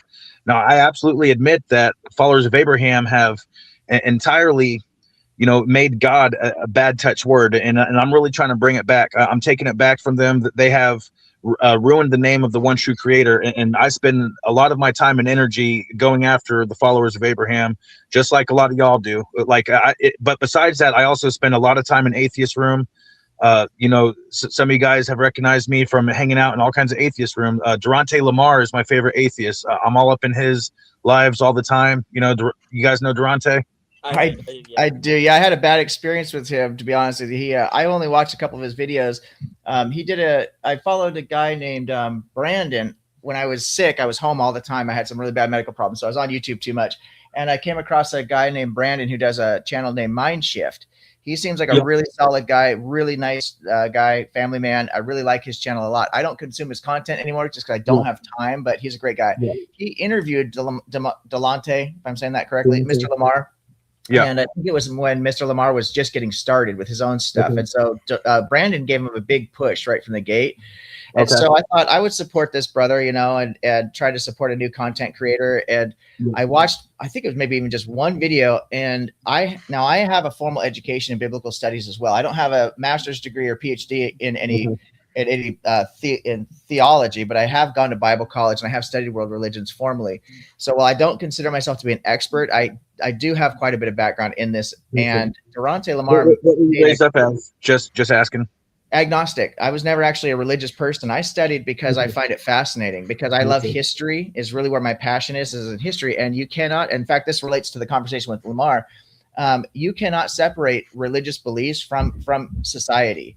As far back as we could go in history and actually track societies, they have fully developed religious beliefs already in place. And so as we look back into anthropology, we're even seeing signs of certain types of religious beliefs. Now, the ancient religions would be like animism or totemism or something like that, right? Not these formal monotheistic things, but monotheism was a very recent addition to the religious beliefs. They were polytheistic and henotheistic before that. And Mr. Lamar had made a comment about how religion is basically this new type of invention or innovation that came about basically with the Egyptians, I think is what he was saying. And I just asked him a comment in the chat. I says, I've never heard anybody make that claim before, that religion just kind of popped up in the second millennia, because I know for a fact we have evidence of much, much older traditions than that. But I didn't even say what my background was or anything. All I did was say, do you have any sources I could look into for that? And he flipped out. He was cursing at me, calling me a fucking asshole and being intellectually lazy for not doing my own homework and stuff. And I was like, well, okay, I guess this guy is not very, he doesn't want people questioning whatever he's saying at all. And I was very polite to him. I didn't say like, oh, you're wrong or anything like that. I think because of objective ethics, he might have thought that I was a theist or something, because a lot of people do misunderstand that, because I do believe in objective morality. But I'm not sure if he was just not on his meds that day or what. But yeah, the guy seemed like a fucking asshole to me. Well, he can't have a hair trigger at times. For sure. Like the very first time I went on his channel, actually, because I am a troll, admittedly. I got at least 10 accounts for when I go on a live, in case people, a mod tries to silence me. Now, if the owner of a channel asks me to leave, I will. But if a mod is trying to silence me, I will go jump on my other fucking troll accounts and come right back. And the very first time I went on his channel, dude, they fucking blocked and banned every single one of my goddamn accounts. I was like, damn, they went through them quick too. But after a little bit, Durante got to know me, and he's like, nah, Darklight's cool, let him on the channel. But no, Durante can have a hair trigger sometimes. I'll give you that. Yeah, that's my own background with him. So yeah, you're welcome to talk about him or promote him or whatever. But I personally, I mean, if he wants to have a conversation, I'm open to having a conversation with anybody. But I wouldn't go looking for a conversation with him myself personally, based on that experience. That's fair. Objective, I might have to go in just a minute, unfortunately. But do you have any like prophecies you want specifically to go over, Objective? For the next show, I haven't actually had time to look into it. There's somebody to choose from. I think what I'd like to do for the next show is what I was talking to you about backstage before we started today. I've had so many bad apologetics being offered as responses to some of the videos I've made, and these Christians are not willing to post the comments on the videos themselves. Yeah, probably because they don't want to be attacked for their beliefs, or they don't want to, or they just know they're just parroting bad talking points. I'm not sure, but I went ahead and started setting some aside. So I think I'd like to do a show next month, instead of doing a failed prophecy, take one break and go over some of these bad arguments, because I just recently did a video on what I call the problem with prayer. It's the prayer trilemma I came up with, that if you look in the book of Matthew, and you can see this in Luke and a couple places in Matthew, Jesus literally says that whatever you pray for, you can have. The problem is that we have all this child suffering going on as one of many examples, right? So the trilemma is either one, Jesus was wrong; two, Jesus was right, but Christians just don't have enough faith. Not a single Christian ever in the history of Christianity has had enough faith and suffering that it works. Or the third horn of the trilemma is Jesus was right, Christians do have enough faith, but no Christian actually wanted to end child suffering, so they've never prayed for it. there's the only three logical possibilities based on what was said in the Bible. And that really sucks for Christians to have to face that, because no Christian wants to admit that they want children to suffer. No Christian wants to admit they don't have enough faith when they pray. So then the third option is that Jesus was wrong. So of course, what they want to do is twist that around and say, oh, you're just misinterpreting, you're taking it out of context. And it's like, you cannot take that verse out of context. The fig tree narrative is, the context is about faith and prayer. Jesus literally says, whatever you pray for, if you've got enough faith, the faith of a mustard seed, you can have it. He says one chapter before that nothing is too difficult for you. You can have whatever you want if you've got enough faith. So you cannot take that out of context. Paul reworks everything. He contradicts Jesus, and that's the bad talking point. So I thought I'd go over some of those arguments maybe next month if you want to do that, Johnny. I know you had a debate. I can't remember what that guy's name was, but on TikTok that was he had just embarrassed himself when you brought up that contradiction. Monkey D. Faceless Prophet. Yeah, I showed him my contradiction in about how King Josiah died, about where King Josiah died. So 2 Kings 23, 29 to 30 says that King Josiah died in Megiddo. It says that Pharaoh Necho killed him in Megiddo. The problem is that 2 Chronicles 35, 23 to 24 says he died in Jerusalem. It says he was only wounded in Megiddo, and then he died in Jerusalem. You can't die in two different places. The only apologetic he gave was basically just saying that he goes with 2 Chronicles 35 story. And he was using an AI to do that. He was using an AI to try to figure that out. His AI said the same thing I said. It just refused to admit that it was a contradiction, probably because he used it so much that it's now biased to say, well, there are no contradictions. Because there's apologetics baked into fucking AI, dude. Because I use AI all the time, and it pisses me off non-fucking stop. The apologetics baked into it. So, well, the thing is it's not that it has a bias, but it's. Well, what I mean, yes, it has a bias. But what I mean is, it's designed to kiss your ass. Yeah, pretty much. So you can get it to go one way or the other, but just by using it repeatedly. So I think the fact that he had been using it probably for a while, because apparently he's deep into the AI, stuff.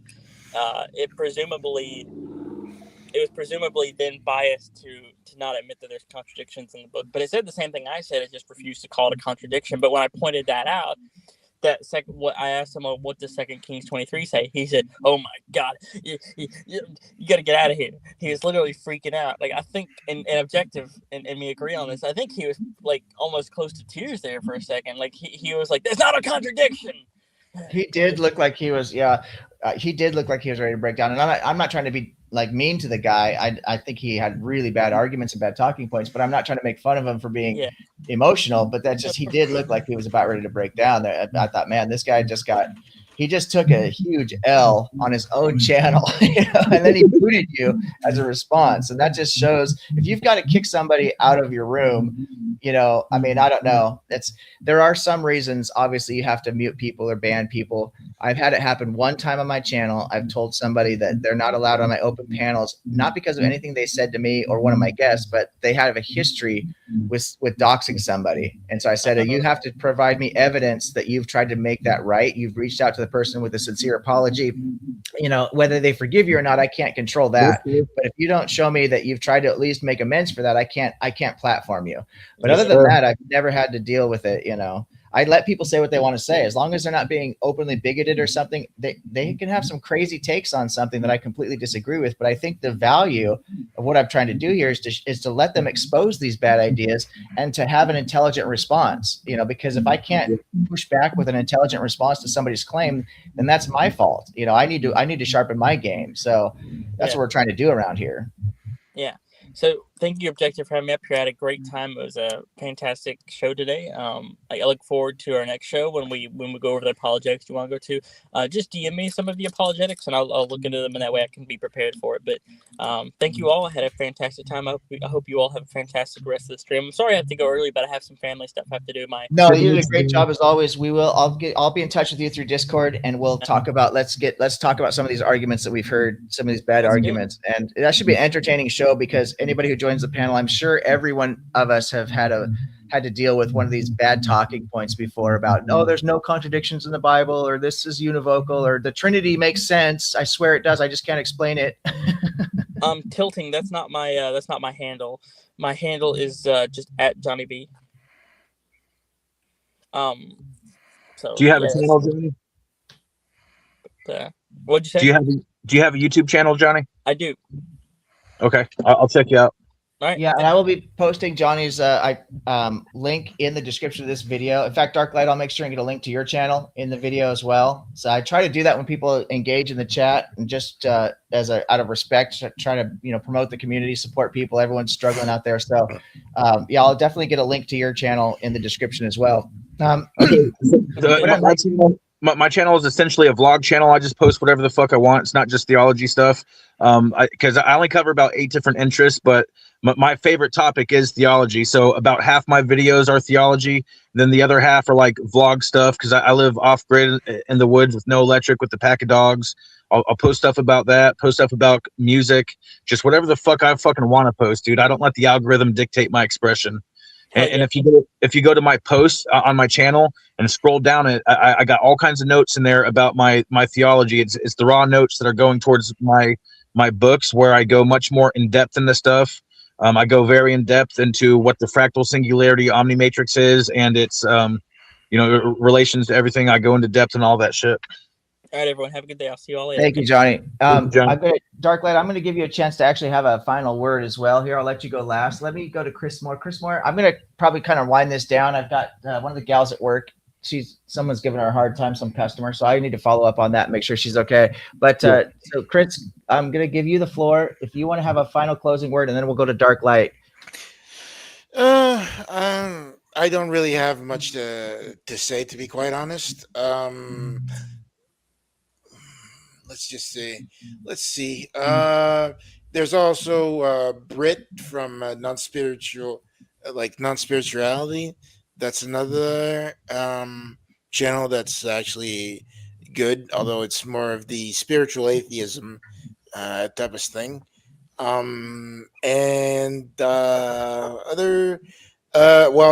Brandon has from Mindshift has his other channel, Sharing Fire. So that's focused more on the mythology side of things and stories of mythologies. So yeah. Anyway, that's if we're. It's always good to see you stop by, Chris. I really appreciate your feedback and your input, and I appreciate the fact that you're always polite to the people, even though sometimes we have some people come on here and say some really dumb shit, frankly. But I appreciate the way that you always act like a gentleman here, and that's very much appreciated. That's right. All right, Darklight, I'm going to turn it over to you. The floor is yours. If you want to talk about your channel or your theology one more time, or anything at all, the floor is yours. We covered stuff pretty good. But objective ethics. Do you have a name, or just prefer to be called objective ethics? My name is Daniel Leroy. I do try to stay with objective ethics just to be consistent, but I don't care what people want to call me. Honestly, so you just prefer your handle? It's just it says consistent, but Daniel Leroy is my name. If you want to use that, if you prefer, or some people have cut it down to OE. I've noticed a lot of people are referring to me OE. It's all the same to me, really. I like that Captain Ethics or whatever you said. That was fucking hilarious, bro. So my biggest problem with followers of Abraham is that they have dogmas and scriptures which command, demand, and justify harming your fellow man. And my basic message to followers of Abraham is, will you disavow this small percentage of your dogmas which demand and justify that you harm your fellow man? And if not, then you must admit that you're in a blood cult. Okay. And that's my biggest thing with that. See, I don't have any scriptures demanding or justifying that I harm my fellow man. I'm actually starting, it's called the Alliance of Defiance, which is pretty much anyone who does not capitulate and submit to the theology of Abraham. We all need to band together, because these motherfuckers are demanding our submission or our death. And the sooner that we band together and let them know that there is a fucking defiance and a resistance that will not tolerate their demand that we fucking submit to them, the sooner the better. So I call it the Alliance of Defiance, which is just open to anyone who does not submit to the broken theology of Abraham. It doesn't matter if you're atheist. It doesn't matter if you're Hindu. It doesn't matter if you are actually a member of the followers of Abraham, but you're noticing, hey, there's some fucked up shit here that I'm not cool with. So that's the Alliance of Defiance. My channel is Dark Light Delirium. And, I'm writing a couple books right now. One book is the big, beautiful book of the Broken Theology of Abraham, which is pretty much a deconversion book where I point out all the logical inconsistencies. Then I got one I'm writing for my theology, Dark Lightism. Then I'm writing a book on all my poetry. I got some badass poetry. And, that's about it. Thank you very much for having me on, Captain Objective Ethics. I appreciate it, sir. No, it's been a pleasure. I'm glad I had a chance to get to meet you in person. I do have a video that I posted. I'm actually very proud of. It's called Courage Without Fear. And Okay. It was a response to nihilism. I had a lot of people talking on another channel that I interact with about they're not just nihilists, but they're also anti-natalists, and they think that life is full of so much suffering, there's no value to life, and so on and so forth. And so I made a response video kind of targeting that, and Okay. I've been asking people to leave comments with your own personal experiences if you're willing to do so. Some people don't want to expose themselves like that, and I don't blame them. If you have a story from somebody else's life you want to share. But I've actually had some people, and I'm not going to name any names, but I have a young lady who follows me on a different platform, and she has been talking a lot about self-deletion. She has some major trauma that she's struggling with and stuff like that. So she watched that video and she reached out to me to tell me that video and the comments that people were leaving gave her a tremendous amount of inspiration. So there are people that are tuning into that, and we are in a position to where we can help somebody, even if it's just one person that we stop from self-deleting. It's worth all the effort. You know what I'm saying? So it sounds like you've been through some shit and you come out the other end. So I would encourage you to check out that video and then leave your own thoughts and maybe share that video with other people. I'm really proud of it. I'm not trying to be arrogant, but I think that it's an important message that I'll do you one better. I'll drop a reaction on it. I will go through it and watch it and drop a comment for anyone that might come and need the comments, but I'll also do a reaction just on that one. Good stuff, brother. Absolutely. If you want to come on here and be a featured guest so we could have a little bit more time to get into this I want to be respectful and let everybody talk, but I do have a lot to say about, questions and comments about what you're talking about. So if you do want to be a guest, we can just have the floor to ourselves. My email address, you can access it through my channel description. Okay. It's just Objective Ethics YT for YouTube. So Objective Ethics YT at Gmail, and you can get a hold of me and we will set up a date and then we can have a talk about this and I can platform, your position and like I said, I'll plug your channel. Really dissect it. Yeah. I'll bring all my notes for that too. Cause I got a bunch of notes in this shit. I'll get all my notes together for that. That would be ideal. Because I'll have some questions for you. So I appreciate your time coming on, brother. I'll do a little outro here and then come back and check us out again. Any Sunday, 4 p.m. is when I start streaming. All right, man. I appreciate you having me on, bro. Stay beautiful, motherfuckers. The dark light is upon you. Well, that was a great show. We touched on a lot of things, which we often do on this channel because we started out talking about the failed prophecy. Johnny B did a great job with his presentation. I really appreciate that he's putting the effort into putting those PowerPoints together because it helps everybody follow along. And his research is solid. So far in the 4 episodes we've done, I haven't found a single thing he's presented that there's any issue with. It matches up with critical scholarship. We've referenced the historical framing behind these things to kind of help you guys follow along with what's happening in the real world at the time. And we can see how these ideas are formulating over time. So I think Johnny did a great job today. As I've said several times, I'm going to get everybody's channels linked in the description. It sometimes takes me a little while to get all that edited back in, but so do check back, by tonight, maybe later tomorrow, whatever, if you want to get a hold of any of the channels that we've mentioned here. I want to thank everybody in the chat for participating and for keeping it cool. It was great to see so many people stop by. B.S. Lewis, I really want to have you on here and talk about my trilemma with the problem of prayer. And I know you've got your own trilemma when it comes to the problem of suffering we can talk about. I saw Robin was there. Tilting Windmill, always a huge supporter of the channel, and I appreciate his efforts. I'm trying to think. Skeptic Philosophy stopped by. So many names I'm forgetting now. Another YouTube channel was there. I saw some new names in the chat. So I do appreciate all the support and the attention that we're getting. We're just getting started. We're a few months into it, and we've been having a lot of success already. The success is for the community. It's not for any one of us as individuals per se, but we're working together to make the world a better place. And I do believe we have the power to do that, but we only have the ability to do that through community. One person's not going to make a huge difference in the world, but together we can change the world to be a better place. We actually can do that. We have that ability. I know a lot of people think, oh, the world is so terrible. There's wars going on, bad politics, bad politicians, bad religions. bad science, pseudoscience, and they're right about that.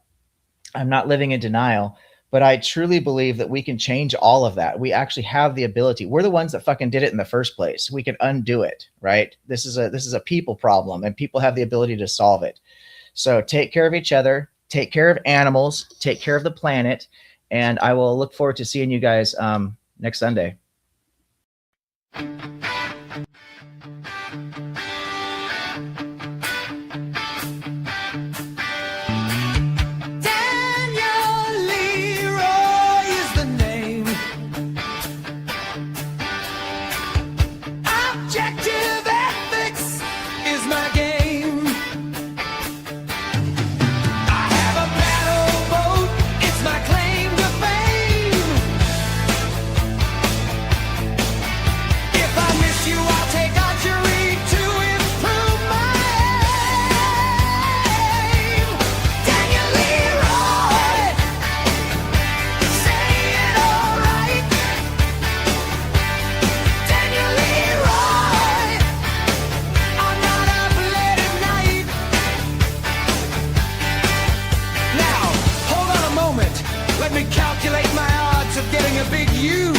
Channel 3.30 for repeating, of course.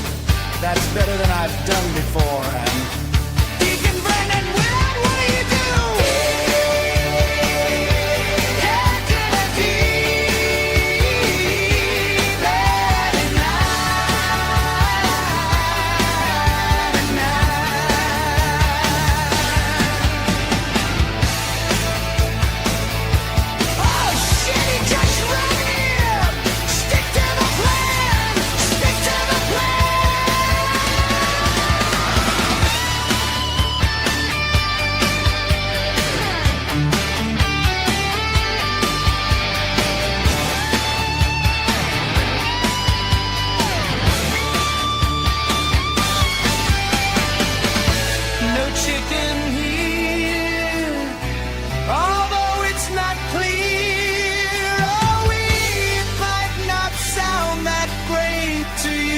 Just wait, objective ethics will be on your plate.